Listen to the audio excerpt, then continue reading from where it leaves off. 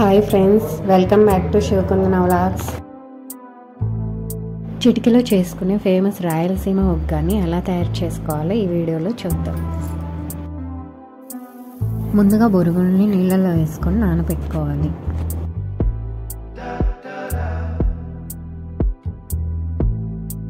Stove వెలిగించుకొని pan పెట్టుకొని oil వేసుకొని ఆయిల్ హీట్ ఎక్కాక పోపు దినుసులు వేసుకొని వేయించుకోండి. పోపు దినుసులు వేగాక కరివేపాకు పచ్చిమిరపకాయలు వేసుకొని వేయించుకోండి.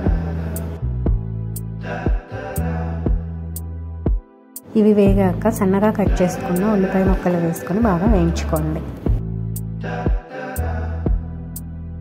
ఇప్పుడు 1/2 స్పూన్ పసుపు, రుచికి సరిపడినంత సాల్ట్ వేసుకొని బాగా కలుపుకోండి.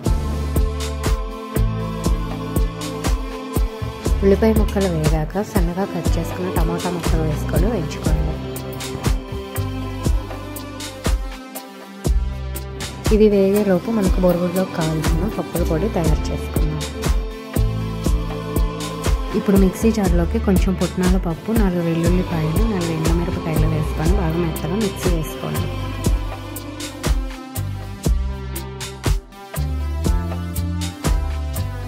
టమాటా కూడా బాగా వేగాక మనం తయారు చేసుకున్న పప్పుల పొడి వేసుకొని బాగా కలుపుకోండి.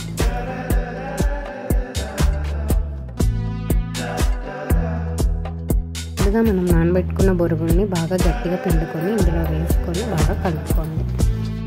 తాలింపు అంతా బొరుగులకి పట్టేలాగా బాగా కలుపుకోవాలి.